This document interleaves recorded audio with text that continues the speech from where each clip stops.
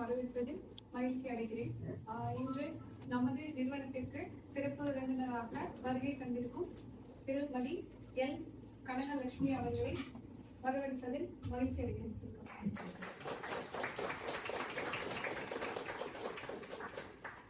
இவர் நமது நம்பிக்கை நிறுவனத்தில் வந்து எழுத்தாளராக பணிபுரிந்து வருகிறார். ஆசிரியராக பணிபுரிந்து வருகிறார். அவர் பேச ஆரம்பிக்கும் போது அவரை பத்தி கொஞ்சம் சொல்லுவாங்க, அப்ப கேட்டுக்கிறாங்க. இவங்க இன்னைக்கு வாழ்க்கை ஒரு இலக்கல்ல இலக்கு என்ற தலைப்புல பேச வராங்க. எப்படின்னா அவங்களுக்கு பொன்னாடி போட்டி வரவேற்குமாறு கேட்டுக்கொள்கிறேன்.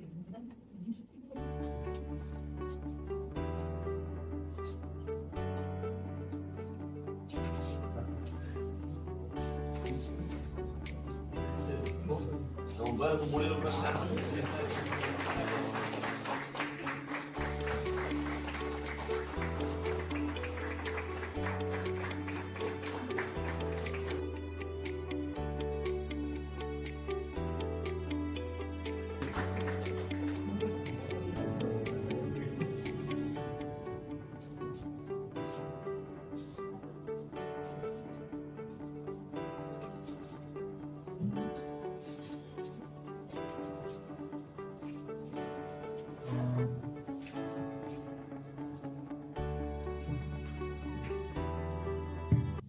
அனைவருக்கும் வணக்கம். மைக் எல்லாமே பெட்டரா இருக்குன்னா நான் மைக் எல்லாமே ப்ரொசீட் பண்ணிருக்கேன். ஓகே. ஸோ மீண்டும் ஒரு முறை எல்லாருக்கும் வணக்கம்ங்க. கிரி சார், நந்து சார், எனக்கு ஒரு லாஸ்ட் 15 இயர்ஸாக எனக்கு அவங்கள வந்து தெரியும். எனக்கு திருமணம் ஆகிறதுக்கு முன்னாடி இருந்தே அவங்க கூட நான் அறிமுகம் ஆயிருக்கேன். ஆனா சந்திச்சுக்கிட்டது அப்படின்னு பாத்தீங்கன்னா ரொம்ப ரேர் இன்ஸ்டன்ஸ் தான். கைவிட்டு எழுதிடலாம் ஒரு 4-5 வாட்டி. ஆனா இதுல என்ன ஒரு சுவாரஸ்யமான விஷயம் அப்படின்னு பாத்தீங்கன்னா, நான் சந்திச்ச அந்த 4-5 முறையும் அந்த நிமிஷத்துக்கு எனக்கு என்ன தேவையோ அந்த செய்தி எனக்கு அவங்க கிட்ட இருந்து கிடைச்சிருக்கு. இதுதான் இந்த பிரபஞ்சத்தினுடைய அழகு. ஒரு 15 இயர்ஸ் தான் தெரியும் அப்படின்னாலும் ஒரு 3-4 வாட்டி தான் சந்திச்சிருக்கேன். இப்பதான் நான் அவர்கிட்ட சொல்லிட்டு இருந்தேன். முதல் முறையாக என்னுடைய திருமண பத்திரிகையை கொடுக்கறதுக்காக அவங்க வீட்டுக்கு நான் போறேன். கல்லூரி முடிஞ்சிருக்கு எனக்கு. அப்பதான் வாழ்க்கையெல்லாம் தெரியாது, ஒரு பெரிய அமைப்பு எப்படி இருக்கும்னு தெரியாது, ஒரு லைஃப் ஸ்டைல்னா எப்படி இருக்கும்னு தெரியாது. ஆனா மனசுக்குள்ள நாம் ஒரு பெரிய ஆளா ஆயிடணும் அப்படின்ற ஒரு ஆசை மட்டும் எனக்கு இருக்கப்பட்ட. அதுக்கெல்லாம் வந்து எனக்கு முன்னாடி வழிகாட்டிகளுக்கெல்லாம் ரோல் மாடல்ஸ் இல்ல. எல்லாம் பெருசா ரொம்ப வெற்றி அடைந்த வெளிநாட்டுல இருக்கக்கூடியவர்கள் எல்லாம் சொல்றாங்க, நம்ம கூட இருக்கக்கூடிய சக வெற்றியாளர்களை நம்ம கூட உட்கார்ந்து சாப்பிடணும், நம்ம கூட அவங்க மூச்சு விடுறது நமக்கு தெரியணும். இது போல நேரடியான தொடர்பில் இருக்கக்கூடிய ரோல் மாடல்ஸ் அப்படின்றவங்கள நான் ரொம்ப நெருக்கத்துல சந்திச்சது இல்லை. சோ பத்திரிக்கை வைக்க போகும் பொழுது அதான் அவர்கிட்ட கேட்டேன். அவருடைய வீடு எப்படி இருக்கும்னா பாருங்க, ஒரே மாதிரியா இருக்கும் எல்லாமே. விலாசங்கள் இன்னைக்கு இது ரொம்ப நார்மல் ஆயிடுச்சுங்க. நான் சொல்ற 15 ஆண்டுக்கு முன்னாடி எனக்கு ஒரு பெரிய வியப்பு. இவ்வளவு அழகா இருக்கு. ஒரு குடும்ப வாழ்க்கைக்குள்ள போக போற எனக்கு அந்த வீட்டினுடைய அமைப்பும் அந்த குடும்பத்தினுடைய அமைப்பும் குழந்தைகள் அவங்க மேடம் பிராட் அப் பண்ண விதம், வந்திருக்காங்க பாரு அவங்கள வந்து வான்னு சொல்லுங்க. ஆனா அவங்க விளையாடுவாங்க, குறும்பு பண்ணாங்க. இன்னைக்கு அவங்க பெண் வந்து அயர்லாந்துல இருக்காங்க. நான் பார்க்கும்போது ரொம்ப குட்டி குழந்தையாதான் என் கண் முன்னாடி அவங்க இருந்தாங்க. சோ அதெல்லாம் பார்க்கும் பொழுது ஒரு வாழ்க்கைக்குள்ள என்ட்ராக இருந்த எனக்கு ஐ காட் அ மெசேஜ். நாளைக்கு நான் ஒரு குடும்பத்தை உருவாக்குகிற பொழுது, நாளைக்கு நான் ஒரு வீடை உருவாக்குகிற பொழுது எனக்கு இதெல்லாம் ஒரு இன்ஸ்பிரேஷன் அப்படின்னு எனக்கு தோணுச்சு. இன்னொரு முறை நான் அவரை சந்திச்சும் பொழுது எனக்கு ஏதோ ஒரு ஆரோக்கிய ரீதியில ஒரு குறிப்பு அவர்கிட்ட எனக்கு கிடைச்சது. திரும்ப இப்போ ரீசெண்டா நாங்க வெற்றி வாசல்னு சொல்லி ஜனவரியில ஒரு ப்ரோக்ராம் நடக்கும். நமது நம்பிக்கையினுடைய ஒரு ஆண்டு விழா மாதிரி அது நடக்கும். அந்த நிகழ்ச்சியில நான் சாரை சந்திக்கும் பொழுது சார் வந்து அவங்களோட பொண்ணு அயர்லாந்துல இருக்கிறதா சொன்னாங்க. அப்போ என்னுடைய பெண்ணுடைய ஹையர் எஜுகேஷன் ரிலேட்டடான நிறைய விஷயங்களை என்னால அவர்கிட்ட பகிர்ந்து முடிஞ்சது. சோ நான் சொல்ல வர்றது என்னன்னா நண்பர்களே, நாம் பார்க்கக்கூடிய ஒவ்வொரு மனிதர்கள், ஒவ்வொரு நபர் நம்ம ரொம்ப க்ளோஸா இருக்கணும், அவங்க கூட அன்றாட பழகணும், அதெல்லாம் இல்லை.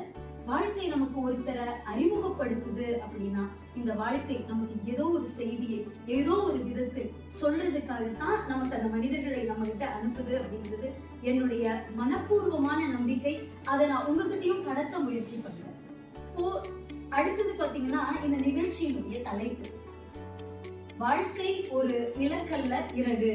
நான் இனிஷியலி இதுக்கு என்ன டைட்டில் கொடுத்தேன்னாங்க, வெற்றி ஒரு இலக்கல்ல இறகு அப்படின்னு தான் கொடுத்தேன்.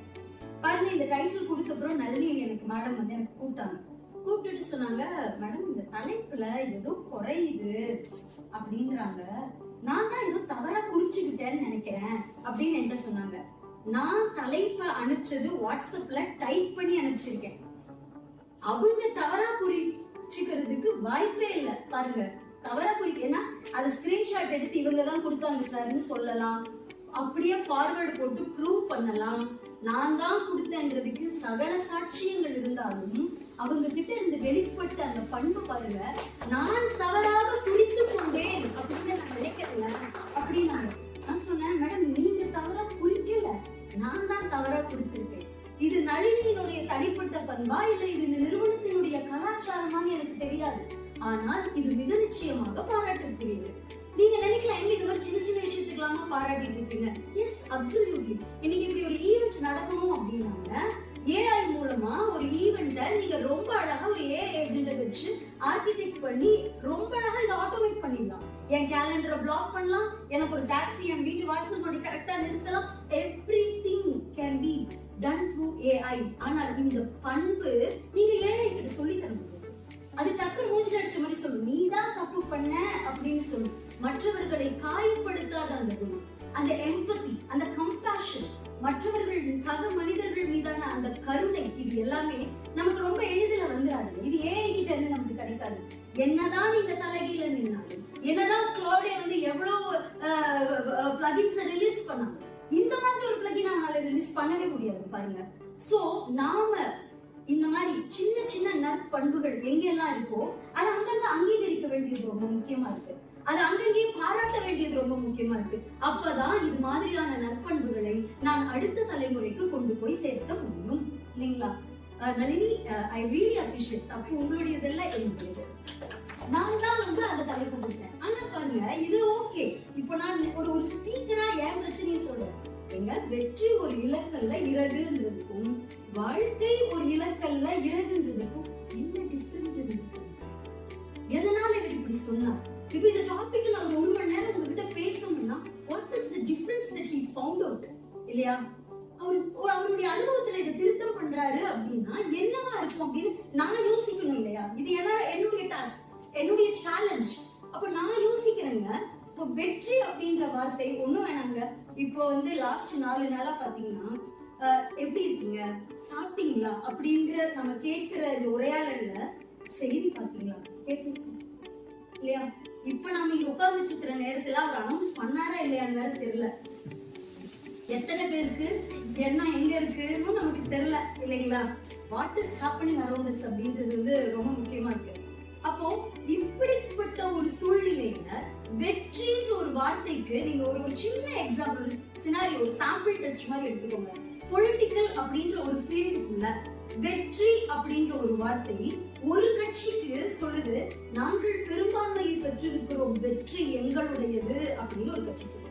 இன்னொரு கட்சி சொல்லுது, இந்த வெற்றி உன்னுடையதுன்னு நீ சொல்லிக் கொள்ளணும் அப்படின்னா அதற்கு நாங்கள் உனக்கு தயவாக நிற்க வேண்டும், எனவே அந்த வெற்றி எங்களுக்கும் சொந்தமானது அப்படின்னு ஒரு கட்சி சொல்லுது. மூணாவது ஒரு சுவாரஸ்யமான ஒரு கட்சி இருக்குங்க, ரொம்ப பிரமிக்கத்தக்க ஒரு கட்சி. அவங்க சொல்றாங்க, வெற்றி என்பது என்ன தெரியுமா? தோற்றுப்போ, தோற்றுக்கொண்டே இரு, தோற்கத்தான் நீ வெற்றியை நெருங்குகிறாய்.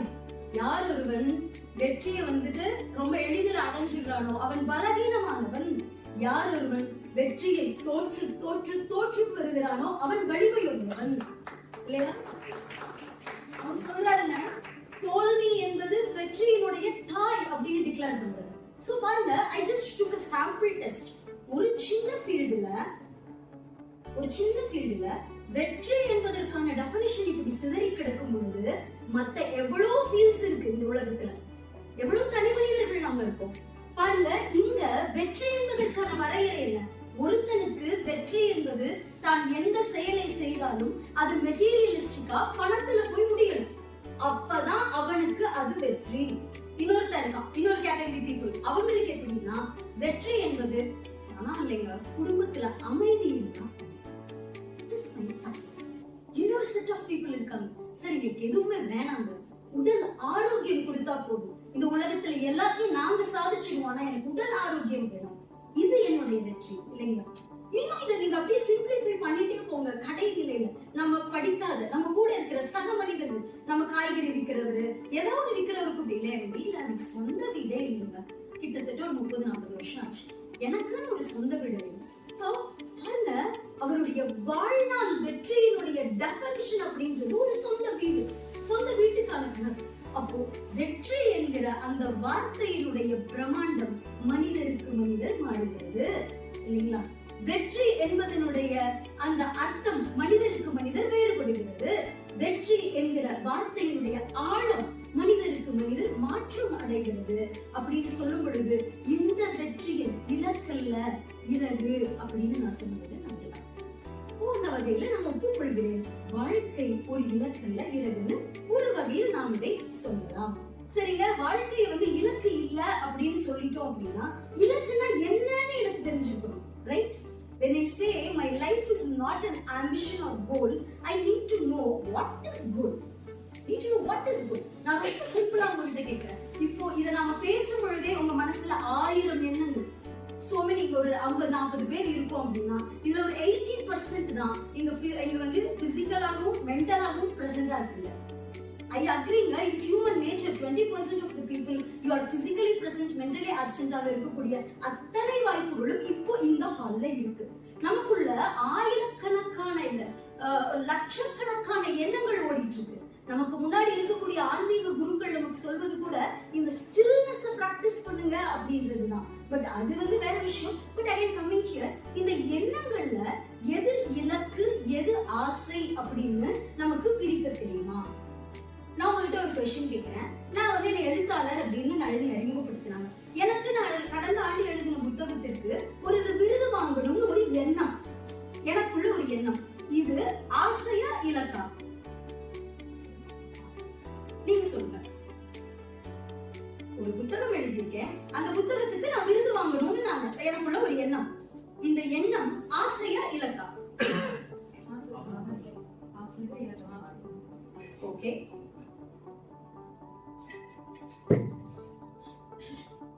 எனக்கு லாட்டரியில ஒரு 10 கோடி ரூபாய் விழுகணும்னு நினைக்கிறேன், அது ஆசையா இலக்கா? இப்போ திரும்பியும் I am coming to my second statement. நான் ஒரு புக் எழுதியிருக்கேன், அதுக்கு நான் விருது வாங்கணும்னு நினைக்கிறேன், இது ஆசையா அல்லது இலக்கா? இப்போ உங்களுக்கு அந்த டிஃபரன்ஸ் புரியுது. இப்போ நான் ஒரு 10 கோடி ரூபாய் விழுகணும்னு நினைக்கிறேன், ஆசையா இலக்கானா கிளியரா சொல்றோம், ஆசை. ஒரு புக் எழுதியிருக்கேன், விருது வாங்கணும் இலக்கு அப்படின்னு சொல்றோம். இப்போ பாருங்க, வாழ்க்கை இவ்வளவு சிம்பிள் கிடையாது. நீங்க நினைச்சவே உங்க மனசுக்குள்ள இருக்கிற ஒரு எண்ணத்தை இப்படி எடுத்து வச்சுட்டு நீ ஆசையா இலக்கா அப்படிலாம் பைஃபர்கேட் பண்ணவே முடியாதுங்க.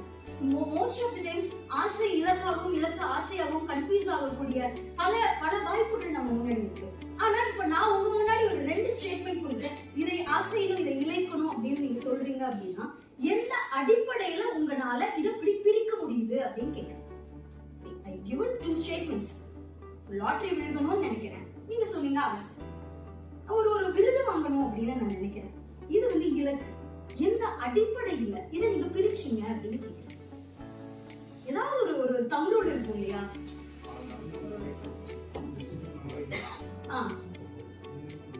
Correct, exactly. இது one of the point. Sir, super sir, thank you. வேற எனிவன்? இதுல எஃபோர்ட் மோர் அல்ல? Absolutely sir, absolutely. அப்போ எந்த ஒரு செயலை நான் எடுக்கிறேனோ, இப்ப லாட்டரி நான் சொன்னேங்க, இந்த லாட்டரி வின் பண்றதுல எனக்கு எந்த விதமான எஃபோர்ட் கிடையாது, கான்ட்ரிபியூஷன் பங்களிப்பு கிடையாது, டெடிகேஷன் அர்ப்பணிப்பு எனக்கு கிடையாது இல்லைங்களா? எதுவுமே என்ன மோஸ்ட் எல்லாவற்றுக்கும் மேலாக அந்த பணம் என் கைக்கு சேர்வது என்னோட கண்ட்ரோல்ல கிடையாது, என்னுடைய கட்டுப்பாட்டுல கிடையாது. அது என் கைக்கு சேர வேண்டும்னா நான் நினைச்சா நடக்காது. வெளியே இருக்கக்கூடிய எக்ஸ்டர்னல் ஃபேக்டர்ஸ், எக்ஸ்டர்னல் சிச்சுவேஷன்ஸ், அது நினைச்சாதான் அது என் கைக்கு வருமே தவிர நான் நினைத்தால் அது எனக்கு நடக்காது. ஆனா இலக்கு என்பது இட் இன்க்ளூட்ஸ் எஃபர்ட்ஸ், என்னுடைய உழைப்பு, கான்ட்ரிபியூஷன், என்னுடைய பங்களிப்பு, டெடிகேஷன், என்னுடைய அர்ப்பணிப்பு, எல்லாவற்றிற்கும் மேலாக ஒரு 10% என்ன தேர்வு செய்யறது வேணா அவங்க கண்ட்ரோல்ல இருக்கலாமே தவிர மித்தம் 90% கண்ட்ரோல் என்கிட்ட இருக்கு அப்படிங்கிறது இது இலக்கு. கரெக்டுங்களா? Yes sir. சோ இந்த அடிப்படையில தான் நம்ம ஒரு விஷயத்தை இலக்கணும், நம்ம இந்த விஷயத்தை ஆசைன்னு இருக்கிறோம். இப்ப ரொம்ப இயல்பா நமக்குள்ள வரக்கூடிய அடுத்த கேள்வி என்னன்னா, ma'am situation most of the times எப்படி இருக்கு அப்படின்னா, நாங்க எஃபர்ட்ஸ் போடுறோம், கான்ட்ரிபியூட் பண்றோம், நான் டெடிகேட்டடா தான் இருக்கேன், எனக்கு ஒரு ஆம்பிஷன் இருக்கு. For example I want to get promoted அப்படின்னு நான் நினைக்கிறேன், ஆனா இது நடக்கல. Is that mean I have faced the failure? நான் தோற்று போய்விட்டேன் என்று அர்த்தமா? நீங்க சொல்றீங்க உழைப்பு, பங்களிப்பு, அர்ப்பணிப்பு எல்லாவற்றுக்கும் மேல ஒரு கண்ட்ரோல்ல இருக்கும் அப்படின்னா, இது இலக்குக்கான எல்லா அம்சங்களும் நிறைந்தது. இது எல்லாமே நான் பண்ணிட்டேங்க, என் மனசாட்சிக்கு பொதுவாக சிறப்பா பண்ணிட்டேன். ஆனா நான் நினைச்ச அந்த ப்ரமோஷன் எனக்கு வரல. Does that mean நான் தோற்று போய்விட்டேன் என்று அர்த்தமா? ரொம்ப இயல்பாக நமக்கு வரக்கூடிய கேள்வி. நான் சொல்றேங்க, நமது நம்பிக்கையில பணியாற்றும் பொழுது நான் நிறைய தொழில் முனைவர்கள், அதுக்கப்புறம் வெற்றியாளர்கள் எல்லாம் வந்து சந்திச்சு அவங்க எல்லாம் வந்து நேர்காணல் பண்ண அந்த அனுபவம் வந்து எனக்கு உண்டு. கோவையில இருக்கக்கூடிய ஒரு புகழ்பெற்ற தொழில் முனைவர், ரொம்ப பெரிய வெற்றியாளர், சரிங்களா? அவருடைய நிறுவனத்துல குறைஞ்சது ஒரு 3000 பேர் வேலை பார்க்கறாங்க. அப்பேற்பட்ட மாமனிதரை எனக்கு நேர்காணல் பண்ணக்கூடிய வாய்ப்பு எனக்கு கிடைச்சது. அவர் கிடைக்கும் பொழுது நான் அவர்கிட்ட கேட்ட ஒரு கேள்வி, ஒன் ஆஃப் தி क्वेश्चन என்ன அப்படின்னா, சார் 3000 பேர் அந்த வேலைக்கு வச்சிருக்கீங்க, அதுல பீப்புள் மேனேஜ்மெண்ட் அப்படின்றது வந்து இன்னைக்கு வந்து ஒரு பெரிய ஒரு கீ ஃபேக்டர், ஒரு நிறுவனத்தினுடைய வெற்றியை முடிவு செய்வதுல பீப்புள் மேனேஜ்மெண்ட் அப்படின்றது ஒரு கீ ஃபேக்டர். இது வந்து ஒரு பெரிய சேலஞ்சாவும் நம்ம முன்னாடி நிற்கும் பொழுது இதை எப்படி சார் எதிர்கொள்றது அப்படின்னு கேட்டேன். அப்ப எனக்கு ஒரு எக்ஸாம்பிள் சொன்னாரு. நான் ஒரு உதாரணம் சொல்றேன். எங்க நிறுவனத்துல ஒரு ப்ராஜெக்ட் 4 பேர் அசைன் பண்ணோம். 4 பேருமே சரிக்கு சமமான உழைப்பு, சரிக்கு சமமான பங்களிப்பு, சரிக்கு சமமான அர்ப்பணிப்பு, சரிக்கு சமமா புட்டிட்டு இந்த கண்ட்ரோல், அவனோட பெஸ்ட் என்னமோ அதை கொடுத்துட்டான். ஆனா இப்ப நிறுவனத்துக்கு பாருங்க, இந்த 4 பேரை யாரும் ஒருத்தனதான் ப்ரமோட் பண்ணுவோம். ஏன்னா அவங்களுக்கு பல நிர்வாக சிக்கல்கள் எங்களுக்கு இருக்கு. நிர்வாக சிக்கல்னா ஒருத்தர் HR பாலிசின்னு இருக்கலாம், ஹைரார்கிக்கல் இருக்கலாம். ஒரு நிறுவனத்துக்கு இவ்வளவுதான் டெசிக்னேஷன்ஸ் இருக்கணும் அப்படின்ற HR லிமிடேஷன்ஸ் அவங்களுக்கு ஏகப்பட்டது இருக்கலாம். இத்தனையும் இருக்கிற பொழுது எங்களுக்கு இருக்கிற சிக்கல் என்ன அப்படின்னு பாத்தீங்கன்னா, ஒருத்தவங்களை தான் ப்ரமோட் பண்ண முடியும். அப்போ ஒரு நிறுவனமாக நாங்க என்னெல்லாம் பார்க்கிறோம் அப்படின்னா, இந்த 4 பேர்ல ஒருத்தருக்கு இப்ப நம்ம குழந்தை பிறந்திருக்கு, இப்பதான் குழந்தை பிறந்திருக்கு, நாங்க என்ன பண்றோம், அவருடைய தேவை கருதி அவருக்கு ஒர்க் ஃப்ரம் ஹோம்னு ஒரு ஆப்ஷன், இது எங்க நிறுவனத்துல நாங்க யாருக்குமே கொடுத்ததில்லை, அரிதலும் அரிதாக அவருக்கு நாங்கள் கொடுத்தோம். ரெண்டாவது, இந்த 4 பேர்ல ஒருத்தருக்கு பே ஸ்கேல் ரொம்ப அதிகம், இது மற்ற 3 பேருக்கும் தெரியாது, பட் எங்களுக்கு தெரியும் நிறுவனமாக இவருடைய பே ஸ்கேல் ரொம்ப அதிகம். மூன்றாவது ஒரு நபர் இருக்காரு, அவர் எப்படின்னு பாத்தீங்கன்னா, அவர் வந்து நிறுவனத்திற்கு என்ன தேவையோ அந்த துறையில பணியாற்றல, எனக்கு இந்த துறை தான் விருப்பம்னு கேட்டு வாங்கினாரு. நாங்க எங்க இருந்தா அவர் ஹாப்பியா இருக்கோரோ அங்க இருந்து நல்ல ப்ரொடக்டிவிட்டியை கொடுக்கட்டும்னு சொல்லி இந்த ஒரு ஃபெசிலிட்டி அவருக்காக கொடுத்தோம். இப்ப 4வது இருக்கக்கூடிய நபருக்கு எந்த விதமான ஒரு கூடுதலான நாங்க எந்த ஒரு பெனிஃபிட்ஸையும் கொடுத்ததில்லை. சோ கன்சிடரிங் எவ்ரிதிங், இதெல்லாம் நான் சொல்றது ஒரு பேட்டி நீங்க கேக்குறீங்க, ஒரு என்னால சொல்ல முடிஞ்சது இந்த பேட்டியில சொல்றேனே தவிர இதற்கும் அப்பாற்பட்டு பல விஷயங்களை அனலைஸ் பண்ணிதான் ஒரு டெசிஷனை லீடராக நாங்கள் எடுக்கிறோம் அப்படின்னு சொல்லுவோம். சார் இந்த எக்ஸ்பிளனேஷன் நல்லா இருக்கு, இப்ப அந்த 4 பேர்ல ஒருத்தனா நான் இருந்து நீங்க இந்த எக்ஸ்பிளனேஷனை சொல்லி இருந்தா என்னதான் இருந்தாலும் எனக்கு ஒரு ஏமாற்றம் நேர்மையா, இந்த ஏமாற்றத்தை சார் என்ன சார் பண்றது? பியூட்டிஃபுல்லா சொன்னாருங்க. என்ன சொன்னாரு, நாம் ரோஜாக்களை வளர்க்க விரும்பினால் முட்களை ஏற்றுக்கொள்ள வேண்டும். நாம் ரோஜாக்களை வளர்க்க விரும்பினால் முட்களை நாம் ஏற்றுக்கொள்ள வேண்டும் அப்படின்னு சொல்லிட்டு இன்னொரு ரொம்ப பியூட்டிஃபுல்லா ஒரு எக்ஸாம்பிள் சொன்னாரு. என்ன சொன்னா, ரெண்டு சிஸ்டர்ஸ் இருக்காங்க, அவங்க வந்து ஒரே ஒரு ஆரஞ்சு பழம் இருக்குமா, இந்த ஆரஞ்சு பழத்தை 2 பேத்துக்கும் சரிசமமா பிரிச்சு கொடுக்கணும்ன்றது டீல். இப்ப எளிமையா என்ன பண்ணலாங்க நீங்க சொல்லுங்க? ஜூஸ் போட்டு கொடுக்கலாம். வேறங்க, ஒரு பழம் இருக்கு, சரிசமமா 2 பேத்துக்கும் பிரிச்சு கொடுக்கணும். நீங்க ரொம்ப அவுட் ஆஃப் பாக்ஸ் யோசிக்க வேணாம், keep it simple. என்ன பண்ணுவோம், just we'll cut it half, take this half, you take this half, இவ்வளவுதான் இல்லைங்களா? இதை எல்லாரும் பண்ணுவாங்க. இல்ல ஏதோ இது ஒரு டிஃபரெண்டான செஷனா இருக்கே, நம்ம ரொம்ப அவுட் ஆஃப் பாக்ஸ், அவ்வளவுதான். நம்ம இயல்பா பேசுவோம், வெட்னா 2 பேருக்கு பிரிச்சுக்குவோம். இப்போ என்ன நடந்துச்சுன்னா, இந்த ஹாஃப வாங்கின பொண்ணு பழத்தை எல்லாம் சாப்பிட்டு தோலை தூக்கி வீசிடுச்சு. இந்த பொண்ணு பழத்தை தூக்கி வீசிட்டு தோலை வச்சுக்கிச்சு.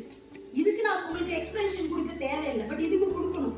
இந்த பொண்ணுகிட்ட ஏமா இப்படி பண்ண அப்படின்னு கேட்டா அந்த பொண்ணு சொல்லுது, சம் ஃபேஷியல் இந்த பியூட்டி ரிலேட்டட் ப்ராடக்ட்ஸ் பண்றதுக்கு எனக்கு பழம் தேவையில்லை, எனக்கு தோல் இருந்தா போதும், அதனால நான் வீசிட்டேன். இப்போ அவர் இந்த இன்டர்வியூ கொடுத்த அந்த வெற்றியாளர் என்ன சொல்றாரு பாருங்கம்மா, ஒரு நிறுவனம் இந்த மாதிரி ஒரு தற்காலிகமான ஒரு சொல்யூஷனுக்குள்ள லேண்ட் ஆகணும் அப்படின்னா இட்ஸ் வெரி ஈஸி. வெட்டு 2 நீ வச்சுக்கோ கொடுத்துடலாம். ஆனால் இது வெறும் டெம்பரரி சொல்யூஷன் மட்டும்தான். நிறுவனம் இப்படி முடிவு எடுக்காது. ஒருவேளை இது ஃபர்ஸ்டே தெரிஞ்சிருந்தா மொத்த பழத்தையும் எடுத்து இந்த பெண்ணுக்கும் மொத்த தோளையும் எடுத்து அந்த பெண்ணுக்கும் கொடுத்திருந்தா எல்லாருக்குமே இது ஒரு லாபகரமான டீல் இல்லையா? But it's not a good deal. அப்போ ஒரு நிறுவனம் ஒரு முடிவை எடுக்கிற பொழுது தனி மனித பார்வையில் இருந்து எடுப்பதில்லை. இன்னொன்று ரொம்ப நல்லா புரிஞ்சுக்கணும். நம்ம என்னன்னா எப்பவுமே நம்ம அங்கீகாரம் அப்படின்னா என்ன நினைக்கிறோம் தெரியுமா? நான் என்ன விரும்பினேனோ அது எனக்கு கிடைத்தால் மட்டும்தான் அங்கீகாரம் நினைக்கிறோம். அங்கீகாரம் என்பது அதுவல்ல. நாம் நினைத்தால் கிடைப்பதல்ல அங்கீகாரம். நமக்கு என்ன தேவையோ அது நமக்கு கிடைக்கும். அதை அங்கீகாரம் என்று புரிந்து கொள்ளுகிற மனமும் முதிர்ச்சியும் நமக்கு வேண்டும். சோ இத புரிஞ்சுக்கணும். அப்போ இந்த முதிர்வு எனக்கு எப்போ வரும் அப்படின்னா பெர்ஸ்பெக்டிவ், நாம் பார்க்கக்கூடிய பார்வை மாறணும். நம்மளுடைய அறிவுல ஒரு முதிர்ச்சி ஏற்படணும். இதெல்லாம் நமக்கு வருகிற பொழுதுதான் இந்த பார்வை நமக்கு கூர்மையும். ஒரு ஜென் ஸ்டோரி இருக்குங்க, ரொம்ப இன்ட்ரெஸ்டிங்கான ஸ்டோரி. ஆனா 2 லைன் ஸ்டோரி, அதுதான் ஒரு இன்ட்ரெஸ்டிங் ஃபேக்டர். நீங்க கதையெல்லாம் ரொம்ப பெருசா போகணும்னு நினைக்கிறீங்க, 2 வரி தான். ஒரு சீடர் அவர் போய் என்னோட ஜென் குரு கிட்ட கேட்கிறாரு, சுவாமி வாழ்க்கை இன்பமானதா கடினமானதா? அந்த ஜென் குரு ரிப்ளை பண்றார், பூனையின் பல்லை போன்றது. உங்களுக்கு கேள்விக்கும் பதிலுக்கும் ஏதாவது ரெலவன்ஸ் இருக்கா? இல்ல. என்னங்க அது, ஒன்னா ஆமா நல்லா இருக்குங்கணும், இல்ல இல்ல அது கஷ்டமா தான் இருக்கு, நீ வாழ்ந்து தொலை அப்படிங்கணும், இல்ல அந்த வாழ்றதுக்கான பயிற்சிகளோ இல்ல ஏதாவது கருவிகளோ இருந்தா நீங்க உங்களுக்கு அது ஒரு சாதனாவா கொடுக்கணும். இது என்னங்க பதில் அப்படின்னு கேட்கும் பொழுது அந்த ஞானி அதை எக்ஸ்பிளைன் பண்ணலாம்.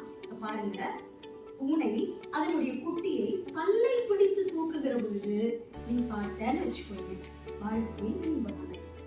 இதே பூனை எலியை வேட்டையாடி பிடிக்கும் பொழுது நீ பார்த்த அப்படின்னா வாழ்க்கை கடினமானது இல்லையா? 2மே உண்மை. இந்த உலகத்தில் 2மே உண்மை. நீ பார்க்கிற பார்வை எப்படி இருக்கு அப்படின்றதுதான் விஷயம். அப்போ நாம ஏமாற்றங்கள் நமக்கு எப்போ உருவாகுது அப்படின்னா, நான் உன்னை நினைச்சேன் எனக்கு அது கிடைக்கலன்றதுதான் ஏமாற்றமே தவிர, உலகம் உனக்காக உன்னுடைய தேவையை அறிந்து எதையோ கொடுக்க காத்து கொண்டிருக்கிறது, அதை கொடுத்து கொண்டும் இருக்கிறது. ஆனால் அதை புரிந்து கொள்ளக்கூடிய தன்மை நமக்கு இருக்கணும் அப்படின்றதுதான் விஷயம். இந்த மாடர்ன் மேனேஜ்மெண்ட்லங்க என்ன சொல்றாங்க அப்படின்னா, your merits are judged by results, not efforts அப்படின்றாங்க. ஓகேங்க, மாடர்ன் மேனேஜ்மெண்ட் நீங்க உழைப்பு போடுறீங்க, சப்போஸ் அது ஒரு நல்ல விளைவுலையோ முடிவுலையோ நீ ஜெயிச்சியா இல்லையா இவ்வளவுதான் விஷயம். நான் கஷ்டப்பட்டேன், கடினமா உழைச்சேன், ராத்திரி பகலா தூங்காம கண்ணா முடிச்சு அதெல்லாம் விட்டு ஜெயிச்சியா இல்லையா, தட்ஸ் ஆல். இது மாடர்ன் மேனேஜ்மெண்ட் சொல்றாங்க. ஆனா எனக்கு அதுல உடன்பாடு தனிப்பட்ட வகையில் எனக்கு இல்லைங்க. நான் சொல்றேன், நம்மளுடைய வெற்றி அப்படின்றது அந்த முடிவை வைத்து அளப்பதல்ல. ஒருவேளை வெற்றி தான் நம்மளுடைய அளவுகோல் அப்படின்னா, அந்த வெற்றியை ஒருத்தர் திருடி வாங்கலாம், ஏமாத்தி வாங்கலாம், மிரட்டி வாங்கலாம், நம்மளுடைய அறத்தில் இருந்து பிறழ்ந்து போய் நம்ம வாங்கலாம், நம்மளுடைய விர்ச்சுஸ் எல்லாம் இழந்துட்டு கூட வாங்கலாம். But what is more important according to me is purpose. What is the purpose behind what we do? நான் செய்யக்கூடிய ஒரு செயலுக்கு பின்னால் இருந்த நோக்கம் என்ன? ஒரு ஆப்பிரிக்கன் ஒரு பழமொழி ஒன்று இருக்குங்க, என்னன்னா சிங்கமும் மானும் 2ம் சேர்ந்து ஓடுது. ஓகே, 2ம் சேர்ந்து ஓடுது. பெரும்பாலான நேரங்களில் இந்த ஓட்டத்தில் வெல்வது மான் தான். நம்ப மாட்டோம், பட் பழமொழி இப்படிதான். பெரும்பாலான நேரங்களில் இந்த ஓட்டத்தில் வெல்வது மான் தான். ஏனென்றால் சிங்கம் உணவுக்காக ஓடுகிறது, மான் தன்னுடைய வாழ்க்கைக்காக ஓடுகிறது. ஓட்டம் ஒண்ணுதான், நோக்கம் வேற. உங்களுக்கு புரியுதா? அப்போ நாம ஒரு விஷயத்தை செய்கிறோம் அப்படின்னா அதோட ரிசல்ட்டை மட்டுமே எப்பவுமே கண்ணில் வச்சுக்காதீங்க. இது எனக்கு பணமா டிரான்ஸ்லேட் ஆகுமா, இது எனக்கு growth-ஆ டிரான்ஸ்லேட் ஆகுமா, இது என்னவா டிரான்ஸ்லேட் ஆகும், அந்த டிரான்ஸ்லேஷன் பார்த்து விட்டுருங்க. That will be taken care by the God, grace, அதுக்கப்புறம் நாம் இதுக்கு முன்ன செஞ்ச பல விஷயங்கள் அதுல இருக்கு, நம்ம கண்ணுக்கு தெரியாத விஷயம். அந்த டிரான்ஸ்லேஷன் பார்ட்ட விட்டுருங்க. ஹேவ் த குட் இன்டென்ஷன், இது சரியாக நான் செய்து முடிக்கிறேன்னா, that part is very very important. நான் வந்து வீடு கட்டணும்னு நினைக்கிறேன், இது நல்ல எண்ணம் தான், இது ஒன்றும் தவறு கிடையாது. ஆனா ஏன் எனக்கு நடக்க மாட்டேங்குது, இன்னொருத்த வீடு கட்டணும்னு நினைக்கிறான், அவனுக்கு நடக்குது அப்படின்னா, நீங்க பாருங்க, இந்த பர்சன் ஏ கிட்ட போய் உனக்கு ஒரு வீடு வேணும் அப்படின்னா அதற்கான காரணம் என்னன்னு கேளுங்க. சொல்லுவாரு, பாருங்க எங்க சொந்தக்காரன் 4 பேர் இருக்காங்க, 4 பேர் சொந்த வீட்டுல இருக்காங்க, எனக்கு இல்ல.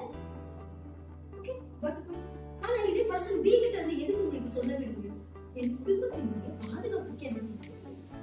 என்னுடைய குடும்பத்துல எனக்கு வந்து படிக்கிற பழக்கம், வாசிப்பு பழக்கம் இருக்கு, என்கிட்ட ஒரு 500 புத்தகம் இருக்காது, வைத்துக்கொள்ள எனக்கு இடம் இல்லை, வாழ்றதுக்கு இடம் இல்லை. அப்ப நாளைக்கு நான் ஒரு வீடை நான் கட்டமைக்கும் பொழுது அங்க எனக்கு ஒரு நூலகம் வேணும்னு எனக்கு ஒரு கனவு இருக்கு, இந்த கனவை நனவாக்கணும் அப்படின்னா எனக்கு ஒரு சொந்த வீடு தேவை அப்படின்னா, இதெல்லாம் நான் ஆர்டிபிஷியலா கிரியேட் பண்ற ரீசன்ஸ் தான். பட் நான் இங்க சொல்ல வர விஷயம் என்ன அப்படின்னா, நோக்கம், இந்த நோக்கத்துல மற்றவர்களை திருப்திப்படுத்தவும் என்னுடைய பிரஸ்டீஜை நான் நிலைநாட்டிக்கவும் தான் அந்த நோக்கமா இருக்கு. ஆனா பர்சன் பி கிட்ட இருக்கக்கூடிய நோக்கம் தனக்கான நோக்கம், மற்றவர்களுக்கானது இல்ல, மற்றவர்களை திருப்திப்படுத்துவதற்காக இல்ல, தன் குடும்பத்தினுடைய தேவைகளை, தன்னுடைய தேவைகளை யார் ஒருத்தன் நோக்கமாக வைத்திருக்கிறானோ அவனுக்கு அது நடக்கும் அப்படிங்கிற. So when we have so many thoughts, அது எப்போ அது வெற்றியாக கன்வெர்ட் ஆகும் அப்படின்னா, நமக்கு நல்ல நல்ல நோக்கங்கள், நல்ல நல்ல எண்ணங்களும் இருக்கு. நீங்க ஏராளமான பெண்கள் இருக்கீங்க, இணைய வழியாக பெண்கள். இந்த பெண்கள் அப்படின்னு சொல்லும் பொழுது என்ன சொல்றாங்கன்னா, இந்த நற்பண்புகளினுடைய ஒரு மூலம் தான் பெண்கள். அது எந்த நற்பண்புகள்? நற்பண்புகளினுடைய மூலம் தான் பெண்ணை. ஒருத்தர் மேல அக்கறை காட்டுறது, ஒருத்தர் மேல அன்பு செலுத்துறது, ஒருத்தர் மேல பாசமா இருக்கிறது, இது வந்து பெண்மை அப்படின்னு ரொம்ப சிம்பிளா டிஃபைன் பண்றாங்க.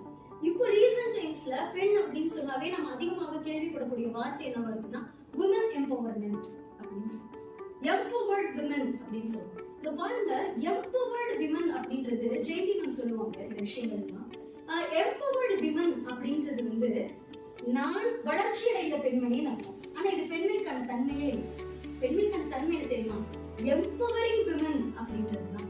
நான் வளர்ச்சி அடைந்த பெண் அல்ல, என்னோடு இருக்கக்கூடிய சமூகத்தையும் என்னோடு சேர்த்து வளர்த்துவேன் என்பதுதான் empowering women அப்படின்னு சொல்றாங்க.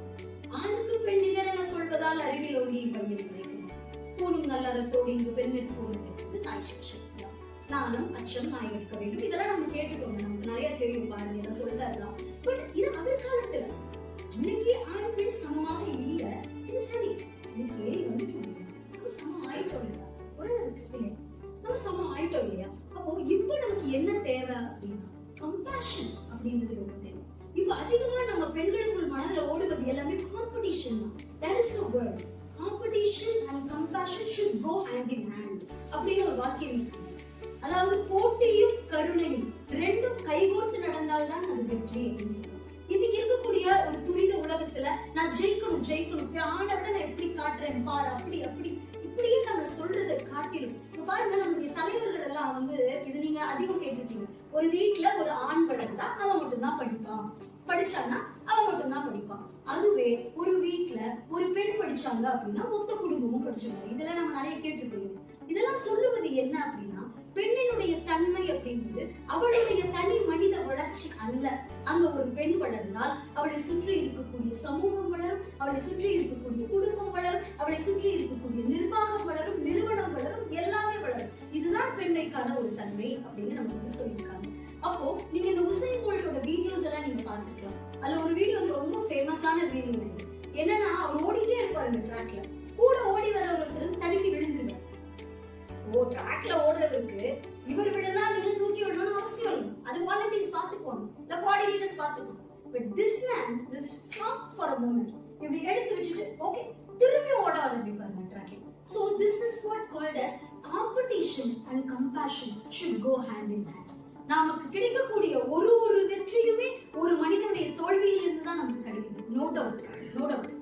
இன்னைக்கு இந்த தேர்தல்ல ஒருத்தர் வெற்றும் அங்கேயும் தோல்வி இருக்கதான் செய்யும். ஒரு குழந்தை சின்ன ஓட்டப்பந்தயத்துல ஓடுது அப்படின்னா அந்த குழந்தை ஜெயிச்சா மிச்சம் 2 குழந்தை அங்க தோத்து இருக்குதாங்க. சோ வெற்றி என்பது நாம என்ன வச்சுக்கணும்னா, வலிகளின் மற்ற மனிதர்களினுடைய வலிகளின் மீது ஏறி நிற்பதல்ல வெற்றி, நம்முடைய வலிமைகளின் மீது நாம் ஏறி நிற்கிறோம், இதுதான் வெற்றி. அப்போ ரொம்ப காம்படிட்டிவா இருக்கேன் அப்படின்ற பேர்ல என் கூட இருக்கவங்க எல்லாம் தள்ளி விட்டுட்டு, அல்லது அவன் நான் தள்ளி விடல அவனா விழுந்துட்டான் நான் ஏன் எடுத்து விடணும், அப்படி இல்லை. நம்ம ஓடும் பொழுது அவன் எங்கேயோ தடுமாடுறான் அப்படின்னு நமக்கு தெரிஞ்சா நம்ம கூட அவனையும் சேர்த்து கூட்டி கொண்டு ஓட முடியும் அப்படின்னா லீடர்ஷிப் குவாலிட்டி என்பதை விட தட் இஸ் ஹியூமன் நேச்சர் இல்லையா? இது மனிதர்களினுடைய அடிப்படை. நீங்க லீடராலாம் போகணும், நீங்க மனிதர்களானாலே அடுத்தது தலைவர்கள் தான். சரிங்க?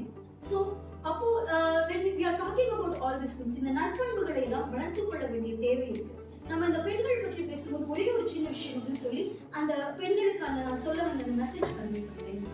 அந்த எலிஃபென்ட்ல வந்து மேட்ரியார்க் அப்படின்னு ஒரு எலிஃபென்ட் இருக்கா, நீங்க கேள்விப்பட்டிருக்கீங்களா? இப்போ நம்ம வீட்டுல இருக்கக்கூடிய பெரியவங்க இருக்காங்க, ஒரு 50 வயசு தாண்டிட்டாங்கன்னு வச்சுக்கோங்க. நீங்க அவங்க எப்படி ஹேண்டில் பண்ணுவீங்க? 50 வயசு தாண்டிட்டாங்க, படிக்கல, பெருசா படிக்கல, உங்க அளவுக்கு இல்ல அறிவா, எப்படி ஹேண்டில் பண்ணுவீங்க? உனக்கு ChatGPT தெரியுமா? உனக்கு ஜிபே தெரியுமா? இல்ல உனக்கு பெர்ப்ளெக்சிட்டி தெரியுமா? ஏதாவது தெரியுமா? தெரியாது. அதுக்கு நீ ஜஸ்ட் இக்னோர் இல்லையா? ஆனா யானை கூட்டத்துல ஒரு பழக்கம் இருக்கு. 50-55 வயது முதிர்ந்த அந்த பெண் யானைய மேட்ரியார்க் அப்படின்னு இங்கிலீஷ்ல சொல்றாங்க. இந்த மேட்ரியார்க் என்ன பண்ணும் அப்படின்னு பாத்தீங்கன்னா 30-40 யானை கூட்டம், அதாவது ஆம்பளை பொம்பளை எல்லாம் சேர்ந்து அந்த யானை கூட்டத்துக்கு தலைமை தாங்கி போகும்.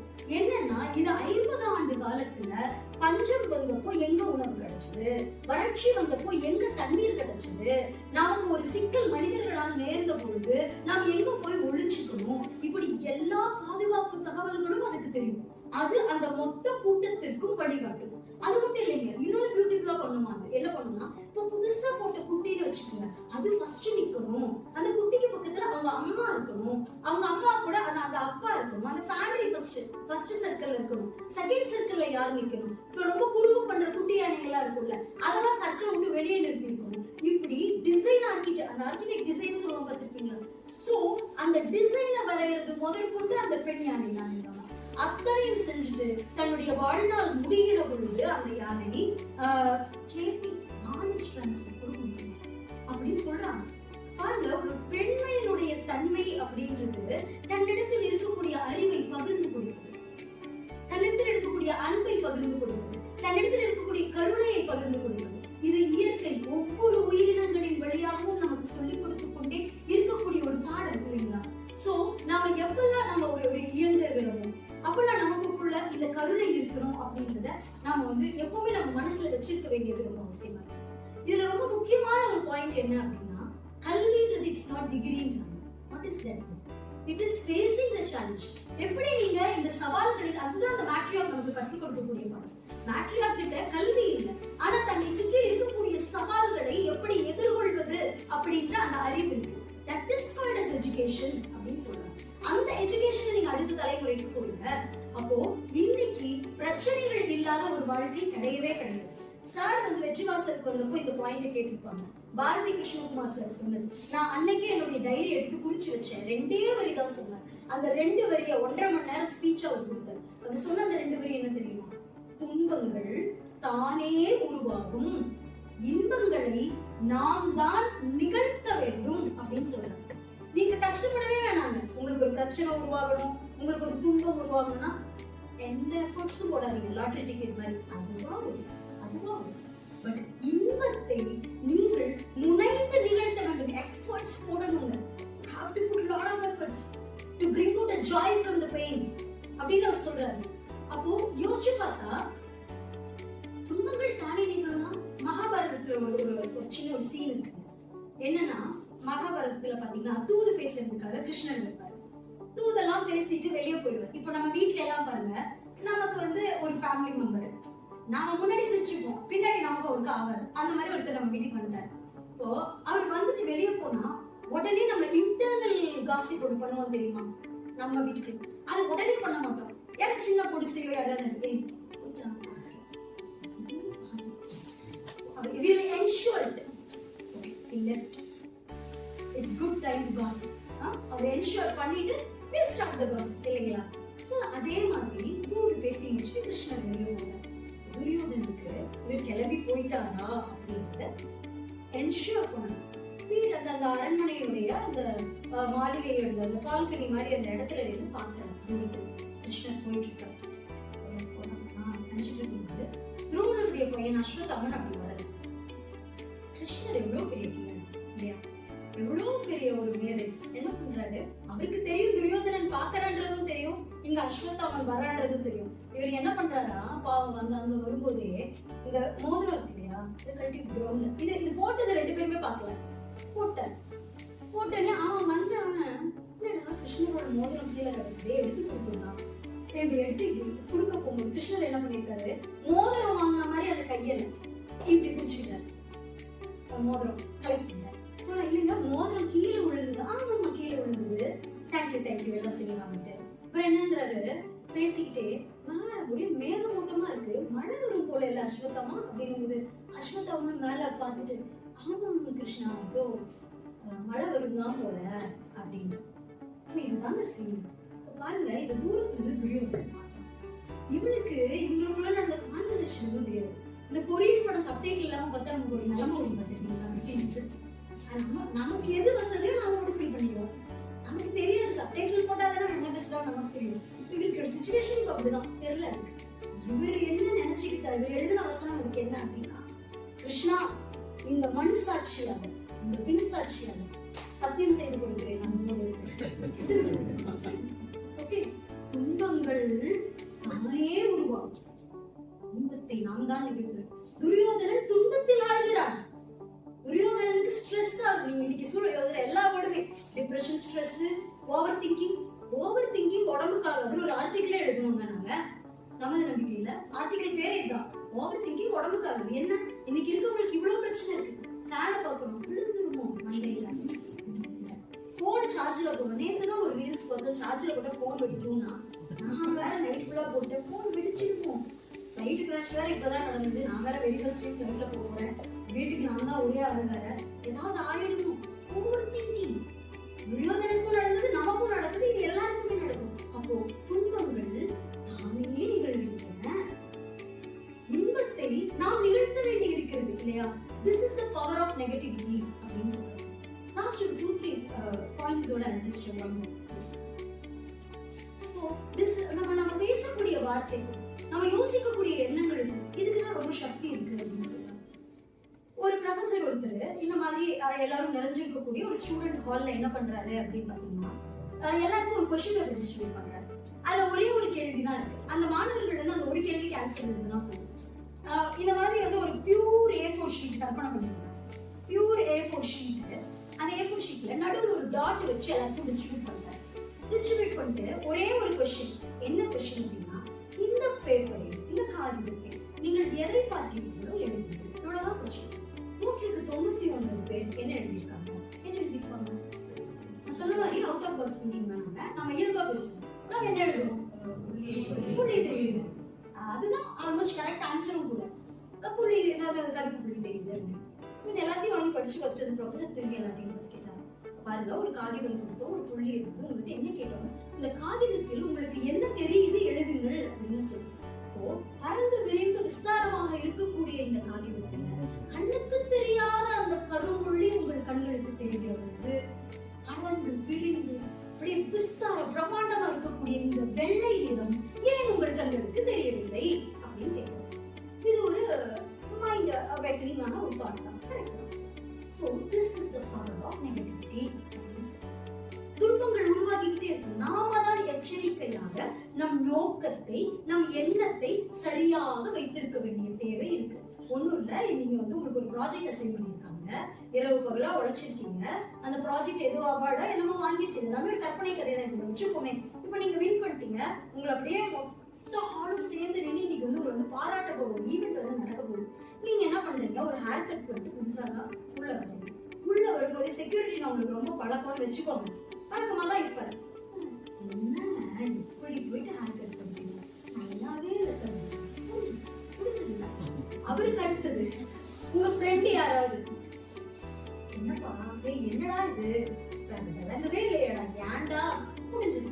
இது விட்டுருங்க. பெண்கள்லாம் இன்னும் சுவாரஸ்யம், முடியெல்லாம் வெட்ட வேணும், இப்படி எடுக்க விடுங்க, நீங்க இப்படி எடுக்கல